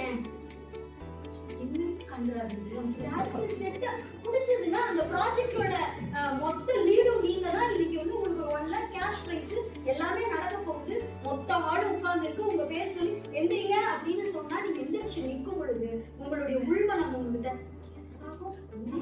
இந்த சைடு வகையில நான் எடுத்தேன் அப்படின்னா உங்களுடைய மொத்த வெற்றி கொண்டாட்டத்தையும் உங்கள் ஒரு சின்ன விமர்சனம் சீர்குலைக்கும் அப்படின்னா we need to be aware of our thoughts. நாம் தான் நம் எண்ணத்தின் மீதும் நம்மளுடைய மன ஓட்டத்தின் மீதும் எச்சரிக்கையாக இருக்க வேண்டும். இந்த பிரபஞ்சம் உங்களுக்கு தட்டிலே வெற்றியை வைத்துக் கொண்டு மறுதட்டிலே விமர்சனத்தை வைத்துக் கொண்டு காத்து கொண்டிருக்கிற பொழுது இந்த ரெண்டில் எதை தேர்வு செய்கிறீர்கள் அப்படின்றது உங்க மனசுக்குள்ள ஓடுற அந்த எண்ண ஓட்டம். நம்ம சொன்னோம் இல்லையா, நீங்க பூனையாக இருந்தால் குழந்தையை தூக்குகிறதை பார்க்க போறீங்களா இல்ல எண்ணெய் சாப்பிட போறதை பார்க்க போறீங்களா? உங்களுடைய பார்வை உங்களுடைய எண்ணத்தை பொறுத்துதான் நீங்க இந்த பிரபஞ்சத்துக்கிட்ட இருந்து உங்களுக்கு கிடைக்கிற அந்த கிட்ட நீங்க வாங்கிக்கிறீங்க. இது சார்ந்து ஒரு ஸ்பீக்கர் ஒருத்தர் வந்து ஒரு ஒரு ஒரு ஹால்ல வந்து ஒரு நல்ல ஒரு உரை நிகழ்த்துறாருன்னு வச்சுக்கோங்க. ஒரு 1000 பேர் அமர்ந்திருக்கக்கூடிய ஒரு பிரம்மாண்டமான அறையில பெரும் பேச்சாளர் நல்லா பேசுறாங்க. பேச பேச ஒரு சுவாரஸ்யமான ஒரு ஜோக் ஒன்று சொல்றாங்க. இந்த ஜோக் சொல்லும் பொழுது மொத்த அரங்கமும் விழுந்து விழுந்து விழுந்து சிரிக்குது. ஏன்னா அந்த பேச்சாளர்களுக்கு ஒரு சந்தோஷம், அப்படி சிரிச்சா கைத்துனா எங்களுக்கும் மோட்டிவேஷனா தான். அவங்களுக்கும் அப்படி இருந்திருக்கு. இவர் என்ன பண்ணிட்டாரு, ஓவர் இன்ஸ்பயர் ஆயிட்டு 2 பாயிண்ட் சொல்லிட்டு திரும்பி அதே ஜோக்க ட்ரைப் அதே ஜோக்க சொல்றாரு. இப்போ ஹால் என்ன பண்றாங்க, இன்னும் அது நல்லா தான் இருக்கு அந்த joke. half of the hall சிரிக்குது. திரும்பியும் அந்த இன்ஸ்பிரேஷன் குறையல. 2 பாயிண்ட் திரும்பி third time quarter of the hall சிரிக்குது. 4th time போய் போய் அந்த ஜோக் ஒரு 10 வாட்டி 15 வாட்டி முடிஞ்சிச்சு. மாதிரி இந்த மாதிரி இருக்கக்கூடிய அப்படின்னு சொல்லி மனநிலை வெளியமா இந்த பார்த்திபன் படத்துல யாருக்கும் தெரியும் சுண்டர் போட்டு ஏன்னா டைரக்டா இப்ப எதுவுமே பண்ண முடியாது. அப்படி ஒரு மனநிலையில தான் எல்லாம் உட்காந்துட்டு இருக்காங்க. நீங்க யாரும் அப்படி இல்லைன்னு just ensure it's not like that gods please. Okay, so அப்படி ஒரு மனநிலையில இருக்காங்க. ஸோ அட் தட் பாயிண்ட் அந்த ஸ்பீக்கர் பாஸ் பண்ணிட்டு இந்த பேச்சை பாஸ் பண்ணிட்டு அப்படி பல்ஸ் பண்ணி பெரிய பேச்சாளர்களுக்கு இந்த ஹால்ல எத்தனை பேர் தூங்குறாங்கன்னு தெரியும், எத்தனை பேருடைய கண்கள் நம்ம கண்கள் கூட கான்டாக்டுக்கு வருதுன்னு தெரியும். கடுப்புல இருக்கான்னு மிக நிச்சயமாக அவருக்கு தெரிஞ்சிருக்கும். ஸோ என்ன பண்ண நிறுத்திட்டு சொல்றீங்க பாருங்க, ஒரு ஜோக் சொன்னேன், ஒரு வாட்டி சொன்னேன் சிரிச்சிங்க, 2 வாட்டி சொன்னேன், 3-4 வாட்டி குறைஞ்சு இப்போ எண்ட்ல என்ன ஆயிடுச்சுன்னா சிரிச்ச விஷயம் உங்களுக்கு கோபமா வேற ஒரு எமோஷனா அது கன்வெர்ட் ஆயிடுச்சு. பட் இப்ப நான் உங்ககிட்ட என்ன கேட்கிறேன், உங்களுக்கு வீட்டுல என்னைக்கோ நடந்த ஒரு துக்கம் 10 வருஷத்துக்கு நீங்க பாருங்களேன், எங்க வீட்டுல எங்க பெரியவங்கள அடிக்கடி சொல்லுவாங்க, இன்னைக்கு நினைச்சாலும் அழுகங்க சொல்லி கேட்டுக்கோங்களா, இன்னைக்கு நினைச்சாலும் பெருமையா சொல்லுவாங்க. What is there to be proud? இது நம்மளுடைய பலவீனம் இல்லையா? சிரிப்பு என்பதும் எமோஷன் தான், அழுகை என்பதும் எமோஷன் தான். ஆனால் இந்த சிரிப்பை ஒரு தடவைக்கு மேல உங்களால சிரிக்க முடியல, எமோஷனே வேறையா கன்வெர்ட் ஆகுது. ஆனால் இந்த அழுகை, இந்த துக்கம், இந்த துன்பம், இந்த பவர் ஆஃப் நெகட்டிவிட்டி எத்தனை தடவை நினைச்சாலும் எனக்கு அழுக வரும் அப்படின்னா what's there to be proud? We need to be cautious about our emotion. இல்லையா? நான் என்னுடைய எண்ணத்தின் மீது மிக மிக கவனமாக இருக்க வேண்டும். கரெக்டுங்களா? எல்லாமே எமோஷன்ஸ் தான். இது ஓகே, உங்களுக்கு ஒரு துன்பம் நடந்துச்சு, மிக நிச்சயமாக அழுகணும் தான். படத்துல சொல்றது ரூம் போட்டு அழுங்க, வேதனைப்படுங்க, வருத்தப்படுங்க. அது 1 நாள் 2 நாள் 1 வாரம் 1 மாசம் எடுத்துக்கணும். அழுதாச்சு முடிச்சாச்சுன்னா just come out of it. handful of lessons இருக்குங்க, அது நம்ம விட முடியாது. அது காலத்துக்குமான ஒரு பாடம். ஆனா அந்த எமோஷன்ல இருந்து வெளியே வர முடியும் இல்லையா? we have the lesson with us. அப்போ இது ரொம்ப ரொம்ப முக்கியம். நம்மளுடைய எண்ணத்தின் மீது கவனம் நம்ம வைக்கிற பொழுது நம்மை சுற்றி இருக்கக்கூடிய இந்த விமர்சனங்கள், இந்த பவர் ஆஃப் நெகட்டிவிட்டியை தாண்டி வர்றது ரொம்ப முக்கியம். நம்ம முன்பு சொன்ன அதையே நான் திரும்ப சொல்றேன், துன்பங்கள் நிகழ்ந்து கொண்டே இருக்கும், துன்பத்தை நாம் தான் நிகழ்த்த வேண்டும் அப்படின்னு அவர் சொல்றோம். அப்போ நம்ம நிகழ்த்த வேண்டிய தேவை இல்லை. இதை நிகழ்த்துறதுல கடைசி ஒரே ஒரு விஷயம் சொல்லிக்கிறேன்.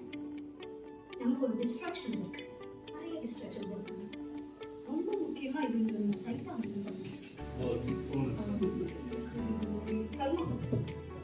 இது மாதிரி இல்ல. நான் ஒரு உதாரணம் கேட்கிறேன். நாமெல்லாம் சின்ன குழந்தையா இருக்கும்போது திருவிழாக்கெல்லாம் போவோம். திருவிழாக்கு போனா இந்த கரூர் கூட்டம் மாதிரி பயங்கர கூட்டம் இமேஜின் பண்ணிக்கணும். அப்படி ஒரு கூட்டம், மூச்சு விட முடியல, எதுவும் பண்ண முடியல. அப்போ அம்மா என்ன பண்ணுவாங்க, இந்த குழந்தை இந்த கூட்டத்துல தொலைஞ்சு போயிடுமோ என் குழந்தை, என்ன பண்ணுவாங்க, கையை டைட்டா பிடிச்சிக்கணும். இப்ப குழந்தையா இருப்போம் நாம என்ன பண்ணுவோம், இந்த கூட்டத்துல நாம தொலைஞ்சிடுமோ நமக்கு அந்த பயம் இருக்கும். நாம என்ன பண்ணுவோம், அம்மாவோட கையை நல்லா டைட்டா பிடிச்சிக்கணும். இது ஒரு சினாரியோ எப்படி வச்சுக்கணும். சினாரியோ நம்பர் 2 சொல்றேன், நீங்க இமேஜின் பண்ணி பாருங்க. ஒரு நல்ல வீக்கெண்ட்ல உங்களோட ஒர்க் முடிஞ்சதுதான். பட் உங்களுக்குள்ள ஒரு ஆஸ்பிரேஷன், வேலையில நான் எதையோ செய்யணும்ன்ற ஒரு ஆஸ்பிரேஷன் நீங்க என்ன பண்ணுவீங்க? வீக்கெண்டா இருந்தாலும் என்ன அப்ஸ்கில் பண்ணிக்கலாம், என்ன அப்டேட் பண்ணிக்கலாம். ஏதோ புது டெக்னாலஜி வந்து சொல்றாங்க, வாட் இஸ் தட், சும்மா கூகுள் பண்ணி பார்க்கலாம் அப்படின்னு சொல்லி படிக்கிற ஒரு தோரணையில உட்காருங்க. உங்க வீட்டு அம்மாவா இருக்கலாம், உங்க ஒய்ஃபா இருக்கலாம், உங்க குழந்தைங்க எல்லாரும் அப்பா கொஞ்ச நேரம் ஒர்க் பண்ணிட்டு டிஸ்டர்ப் பண்ணுவாங்க. குழந்தைங்களும் எல்லாம் அதே அப்பா ஒர்க் பண்றாரு, ஒய்ஃபும் அதே மாதிரி அவருக்கு ஏதோ ஒர்க் பண்றாருங்க. அம்மா அவங்க வெளியே இருக்கவங்க சொல்லுவாங்க, மீட்டிங்ல இருக்காங்க, காஃபி குடிந்தோ டோர் ஓப்பன் பண்ணா கூட இதெல்லாம் பண்ணிட்டு இந்த மாதிரிலாம் ஒரு சீன் இருக்கு. இப்போ இப்படியான ஒரு சுச்சுவேஷன்ல உங்க மொபைலுக்கு ஒரு மெசேஜ் பண்ணுங்க வாட்ஸ்அப்ல. யாரோ உங்க ஃப்ரெண்ட்ஸ் ஏதோ டவுட் கேட்கறாங்க, இல்லை சாப்பிட்டேன்னு கேட்கறோம், what ever it may be, just check the phone. என்ன ஆகுது அப்படின்னு பாத்தீங்கன்னா, அந்த ஸ்டேட்டஸ் ரிப்ளை பண்ண அந்த பர்சனோட தலை சுற்றி ஒரு வழிவட்ட மாதிரி தெரியுது. கியூரியாசிட்டி கில் தி கேட் அப்படின்னு ஒரு ப்ராப்ளம் இருக்கு. நம்ம கியூரியாசிட்டி என்ன பண்ணுவோம்? ஸ்டேட்டஸ் வைக்கிறதுக்கு வாழ்க்கையில் என்ன நடந்துச்சு பார்க்கணும் இல்லை, இதே பிகாஸ் பார்க்குறோம். பார்த்தா அது ஒரு யூடியூப்ல ஒரு நல்ல பாடலோட லிங்க் வச்சு, என்ன பாட்டு இன்னைக்கு என்ன பாட்டு பிடிக்கும் தெரியலையே அப்படி நான் என்ன பண்ணுவோம் பார்ப்போம். பாட்டெல்லாம் இதுல நமக்கு ஒரு ஒரு கெட்ட பழக்கம் ஒன்று என்னன்னா, நம்ம இந்த மாதிரி யூடியூப் சோஷியல் மீடியா பார்க்கும் பொழுது பார்க்குற அந்த கண்டென்ட்டை காட்டிலும் அதுக்கு வரக்கூடிய கமெண்ட்ஸை படிக்கிறதுல ஒரு soul satisfaction soul satisfaction comes when we read the comments. இந்த கமெண்ட்ஸை படிக்கும் பொழுது இப்போ இந்த கமெண்ட்ல ஒருத்தர் என்ன சொல்றாங்க, இது என்ன பிரமாதம், இதை விட சிறப்பான ஒரு வீடியோ இன்ஸ்டா போடுங்க, கிளிக் பண்ண இன்ஸ்டாரியில போய் பார்த்துட்டு இருக்கோம். திரும்பி கெட்ட பழக்கம் விடாது கமெண்ட்ஸை பார்க்கும்போது மைக்கேல் ஜாக்சன் படம் புதுசாக ரிலீஸ் ஆகுதுதான் வித் தமிழ்ல இது ஒரு டப்பிங்கோட இருக்குது, அவைலபிள் டெலகிராம் லிங்க்னு ரீச் பண்ணுவோம். இப்போ நம்ம டச் பண்ண படம் வேற ஓட ஆரம்பிச்சிச்சு, நல்லா வேற இருக்கு படம். ஸ்டார்ட் வாட்சிங் பாருங்க. Complete scenario number 1. அன்னைக்கு ஒரு கூட்டத்துல என் குழந்தை தொலைஞ்சிடும், மூச்சு முட்டும், அவனுக்கு உயிர் ஏதாவது ஆகும், தண்ணி இல்லை, டீஹைட்ரேட் ஆகும், இந்த மாதிரியான பயம் எல்லாம் நம் பெற்றோருடைய கண்களுக்கு தெரியுது. நம் கைகளை இறுக்கமாக பிடித்துக் கொண்டோம். ஒரு குழந்தையாக நமக்கு நான் தொலைஞ்சு போயிடுவேன்ற பயம் என் கண்களுக்கு தெரிந்தது. நான் ஒரு கைகளை நல்லா இருக்குமா, நாங்களும் பிடிச்சிக்கிறோம், நீங்களும் பிடிச்சிக்கிறோம். Complete scenario number 2. இங்க பாருங்க, வெளிய உங்களுக்கு காஃபி கொடுக்க கூட அஞ்சி காத்து கொண்டு இருக்கக்கூடிய உங்க மனைவிக்கு நீங்கள் தொலைந்து போய்விட்டீர்கள் அப்படிங்கிற விஷயம் அவங்களுக்கு தெரியாது. இதோட பியூட்டி என்னன்னா, நீங்க தொலைஞ்சிட்டீங்க உங்களுக்கே தெரியாது. This is called virtually you're lost. நீங்க virtually அங்க வந்து physically we lost கண்டுபிடிச்சாங்க. Here virtually you're lost. So இதெல்லாம் வந்து வெளிய இருந்து யாரும் ஆள் வச்செல்லாம் உங்களை காப்பாற்ற முடியாது. We have to be aware of our intention, thoughts அப்படின்னு இதெல்லாம் சொல்லுவோம். உங்கள் எண்ணத்தை, உங்கள் நோக்கத்தை நீங்கள் தான் எச்சரிக்கையாக பார்த்துக் கொள்ளணும். நீங்க பாருங்க, இது ரிவர்ஸ் இன்ஜினியரிங் பண்ணி பாருங்க. டெலிகிராம், இன்ஸ்டாகிராம், யூடியூப், வாட்எவர், இன்னும் வாட்ஸ்அப், இப்படி இந்த பயணத்துல உள்ளுக்குள்ள இருந்து நம்மளுடைய மனம் கதறத்தை நல்லவனே எதுக்காக உட்காந்து படிக்கிற கேட்டுட்டீங்களா? அந்த மனக்குரல் கேட்கும். This is called as intuition. Intuition அப்படின்னு சொல்லுவோம். அந்த வேர்டே ரொம்ப பியூட்டிஃபுல்லான வேர்டு. Why? Because tuitionனா என்ன? வெளிய இருந்து யாரும் நமக்கு கற்றுக் கொடுப்பாங்க. The word is so beautiful. This is called intuition. From inside, someone is teaching you, but you are not listening. அப்போ இன்னைக்கு இருக்கக்கூடிய ஒரு சோஷியல் மீடியா உலகத்துல போனை பார்க்காதீங்க அப்படின்னு சொல்றது முட்டாள்தனம். இன்றைய ஜென்சி கிட்ஸ் வந்து வெளியே பூமர்னு சொல்லிட்டு போயிடுவாங்க. But we cannot do that. அப்ப என்ன சொல்லலாம் அவங்ககிட்ட? We should know when to stop. நமக்கு எங்க நிறுத்தணும்னு தெரியும். ஒரு இடத்துல அம்பானி அவருடைய நிறுவன விழால பேசுறாரு, இன்னைக்கு இருக்கக்கூடிய AI உலகத்துல everything is available. Everything, A to Z, everything is available. When I say everything, above the earth, under the sky, everything is available. But you should know what you need. உனக்கு என்ன வேண்டும் என்று தெரிந்திருந்தால் அதை இந்த உலகம் கொடுக்க தயாராக இருக்கிறது அப்படின்னு சொல்றாரு. ஏன் அப்படிதான்?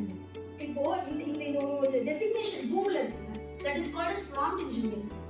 ஓகேங்களா? நீங்க போயிட்டு அதுகிட்ட போயிட்டு நேச்சுரல் லாங்குவேஜ் என்னல்ல நீங்க கொடுக்கறது என்ன அப்படின்னா, they are calling it as prompt, இல்லைங்களா? prompt எப்படி கொடுக்குறீங்களோ அந்த அளவுக்கு ப்ரிசைஸ்டான ரிசல்ட்டை நீங்க எடுக்க முடியும் அப்படின்னு சொல்றாங்க. ஒன்றும் இல்லை, ஜெமினி ஏஐல நான் தாஜ்மஹால்ல நிக்கிற மாதிரி ஒரு போட்டோ கொடுத்தா அது கொடுக்குங்க. ஆனா தாஜ்மஹாலோட சேர்த்து அதோட மார்பிள் கலர்ல என் முடியும் ஒயிட்டா மாறி போயிடும்.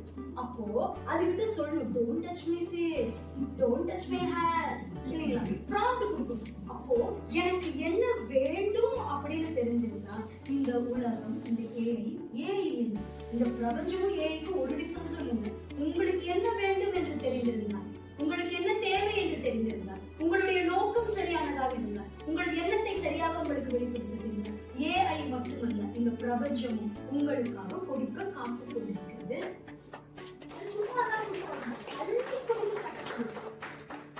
ChatGPT போய் கேளுங்க, ஒரு லைன்ல ஆன்சர் சொல்லும், 9 லைன்ல சொல்லும். நாமளால இருக்கும், வேணாம் வேணாம் எல்லாம் வேணாம், நிறுத்து இல்லையா? அள்ளி குடிக்க காத்து கொண்டிருக்கிறது ஒன்றே ஒன்று, நமக்கு தெரிய வேண்டும் நமக்கு என்ன தேவை அப்படின்னு. எயின்ஸ்டைன் ஒரு இன்டர்வியூல நடத்துவார்களாம். இது உண்மையா பொய்யா எனக்கு தெரியாதுங்க. நான் கூகுள்ல படிச்ச கேஸ் ஸ்டடி, ஆனா இது என்னுடைய வாழ்க்கைக்கு பயனுள்ளதாக இருந்தது, அதனால நான் சொல்றேன். நீங்க இதோட ஃபேக்ட் செக் எங்கேயாவது எயின்ஸ்டைன் ஒரு திருப்பெல்லாம் நடத்துறீங்க அப்படின்னா என்ன சண்டைக்கு வந்துடாதீங்க. பட் கற்பனையாகவே இருந்தாலும் நல்லா இருக்குன்றதுனால சொல்றேன், நிஜமாகவும் இருக்க வாய்ப்பு. எயின்ஸ்டைன் அவருடைய லெபார்டரிக்கு, அவருடைய ஆய்வகத்துக்கு ஒரு இன்டர்வியூ நடத்தினார். இந்த இன்டர்வியூல அவர் என்ன பண்ணுவாரா, ஒரு செல்ஃப் இன்ட்ரோடியூஸ், அப்புறம் டெக்னிக்கல் நாலேஜ் அதெல்லாம் கேட்க மாட்டாங்க. என்ன பண்ணுவாங்க, வர்ற கேண்டிடேட்டுக்கு உட்கார்ந்தோடனே அவர் முன்னாடி ஒரு கப்ல சூப் வைப்பாராம். படிச்சிருக்கீங்களான்னு எனக்கு தெரியும். சூப் வைப்பாருங்களா, சூப் வச்ச உடனே இதை குடிச்சு பார்த்துட்டு போனா அந்த கேண்டிடேட் செலக்டடா ரிஜெக்டடா அப்படின்னு சொல்லியிருக்காங்க. நீங்க யோசிச்சு பாருங்க, என்ன அடிப்படையில சொல்லியிருப்பாரு. நீங்க கேண்டிடேட்டுங்க, ஐன்ஸ்டைன் சந்தோஷமா இருக்கு. நீங்க வரீங்க, நான் உங்களுக்கு சூப் கொடுத்தேன், நீங்க குடிச்சு வச்சிட்டீங்கன்னா நான் அங்க வச்சுட்டு நான் சொல்லிடுறேன் நீங்க செலக்டடா ரிஜெக்டடா. எந்த அடிப்படையில அது இதை ஜட்ஜ் பண்ணி போறீங்க? நீங்க ரொம்ப அவுட் ஆஃப் பாக்ஸ் எல்லாம் போகாதீங்க. நான் படிச்சதனால ஆன்சர் சொல்லல. சொல்லுங்க சார். சொல்லல சொல்லுங்க, அதனால சொல்லலங்க. அதே சார், ஓகே ஓகே. அவங்க பார்ட்டிசிபேட் பண்ண வைக்கிறதுக்கு அவங்க ட்ரை பண்றாங்க, அதெல்லாம் ரியாக்ட் பண்ணீங்கன்னா நல்லா இருக்கும். நீங்க முயற்சி திங்க் பண்ணலாம், என்ன ரீசன் இருக்குன்னு. சரி, அதான் நீங்க ரொம்ப திங்க் பண்ணுங்க, அவுட் ஆஃப் பாக்ஸ் எல்லாம் போகாதீங்க. சூப்பரா உங்களுக்கு என்ன ஞாபகம் இருக்கும், அவ்வளவுதான் விஷயம். Just give you a clue. Way of drinking. Okay, can consider that now. The way of drinking. What is? Soda இருக்கா, டீ குடிக்கிறதா, வேற என்ன? Anything else? சரி, உங்களுக்கு இன்னும் கொஞ்சம் டேஸ்ட் எப்படி வரும்? எக்ஸ்டென்சிவான ஒரு க்ளூ கொடுக்குறேன். என்னன்னா, இப்போ நம்ம ஹோட்டல் போறோம், நாம சூப் ஆர்டர் பண்ணோம். Let us put ourselves in that shoe. நான் ஒரு சூப் ஆர்டர் பண்ணுவேன். சூப் வந்தா திங்க் பண்ணு, வேற என்ன வரும்? What else?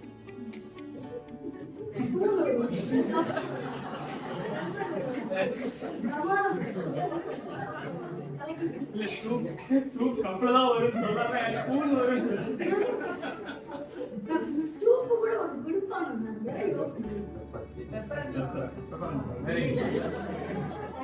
அவ்வளவுதான். So salt and pepper இல்லைங்களா? I just go to the directly go to the answer.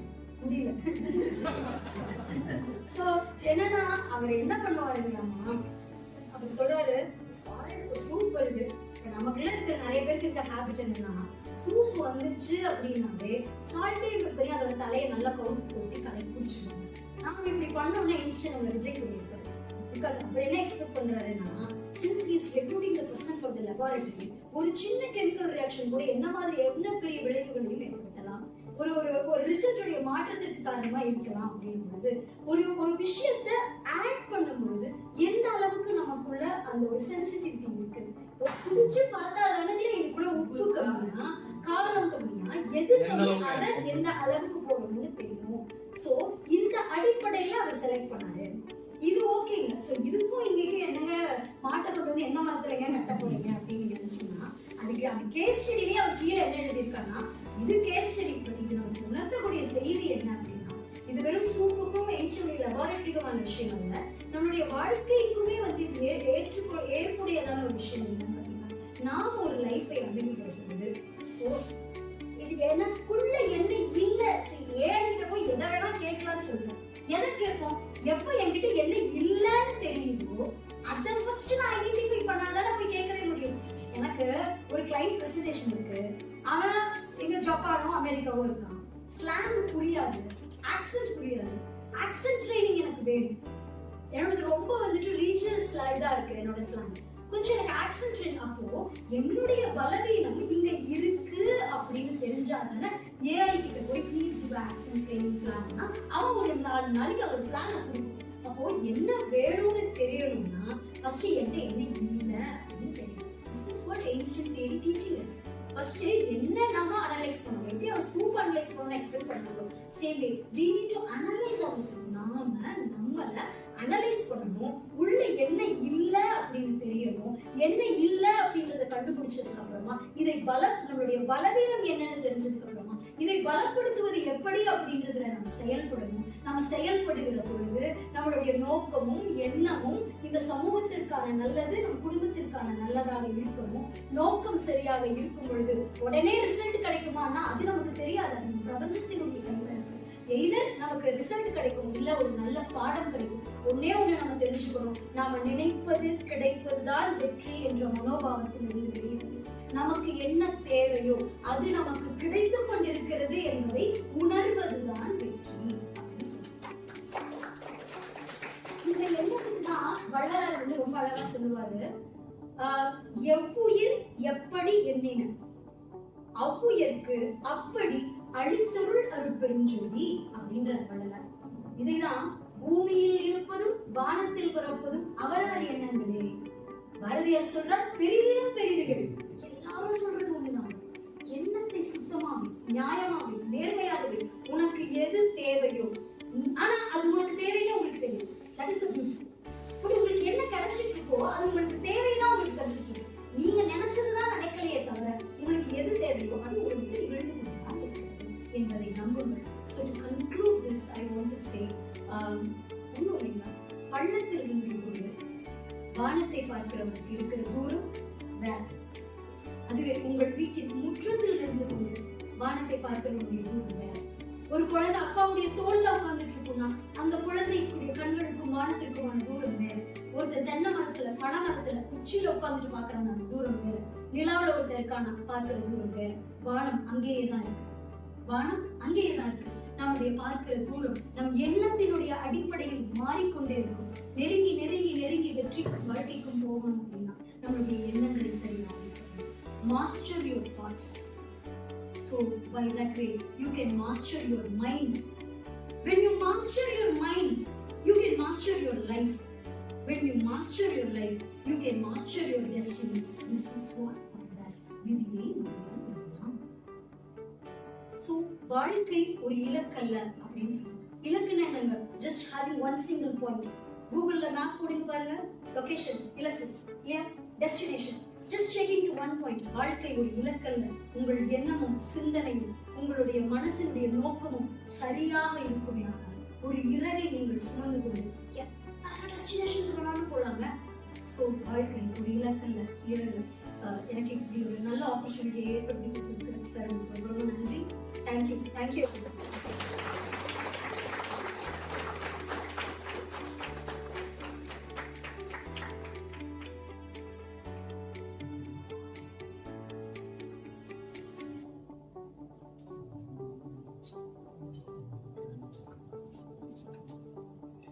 மூலம் பலரின் மனதிலும் எழுச்சியை ஏற்படுத்திய திருமதி எல் கனகலட்சுமி அவர்கள் இன்று அவரின் உரையின் மூலம் நமது மனதிலும் எழுச்சியை ஏற்படுத்தியிருப்பார் என்று நம்புகிறேன்.